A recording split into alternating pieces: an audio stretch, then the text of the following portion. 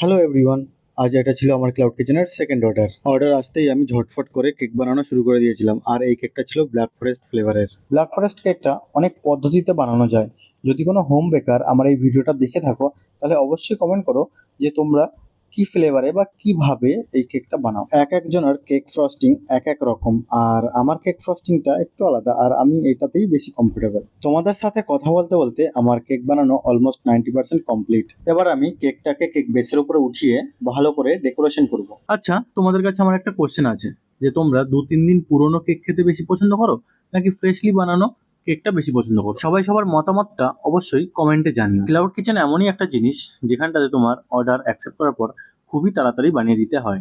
এখন আমি কেকটার উপর ফাইনাল টাচ দিচ্ছিলাম, মানে ফাইনাল ফিনিশিং। আর এটা যেটা দেখছো গোলাপ ফুলের পাপড়ির মতো, অ্যাকচুয়ালি এটা গোলাপ ফুলের পাপড়ি না, এটা হলো চেরির টুকরো করা অংশ। কাস্টমার আমাকে একটা ইনস্ট্রাকশন দিয়েছিল যে হ্যাপি বার্থডে প্রিন্স বেবি লিখতে হবে, তাই আমি সেটাই লিখছিলাম। কেকের ফাইনাল লুকটা তোমাদের কাছে কেমন লাগছে অবশ্যই জানিও। আবারও দেখা হবে পরের ভিডিওতে। টাটা।